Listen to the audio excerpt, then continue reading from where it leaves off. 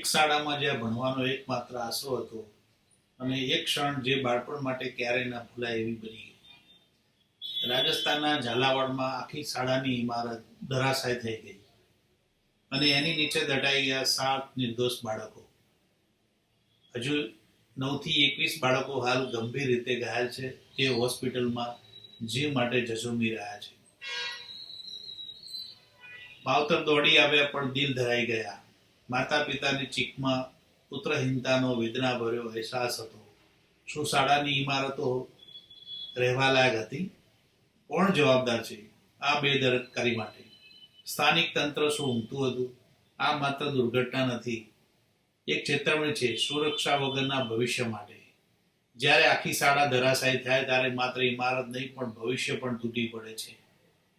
તો મારી ગુજરાતમાં સરકારી સ્કૂલોમાં ભણતા તમામ બાળકોના વાલીઓને એક જ વિનંતી કે તમે પણ તમારા ભણતા દીકરા દીકરીઓની જે સ્કૂલમાં ભણે છે સરકારી સ્કૂલો, ત્યાં એકવાર મુલાકાત અવશ્ય લેજો અને જોજો કે આવી ઇમારત તો ત્યાં નથી ને, જૂની જર્જરિત થયેલી. ક્યાંક તમારા બાળકનો ભોગ ના લેવાય.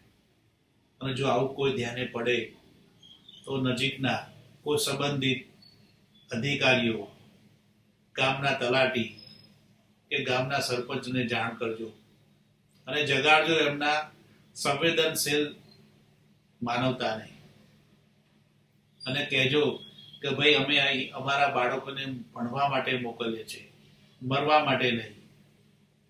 નમસ્કાર, આપ જોઈ રહ્યા છો જનવાણી. જનવાણી ચેનલને લાઈક કરો, સબસ્ક્રાઈબ કરો અને શેર કરો.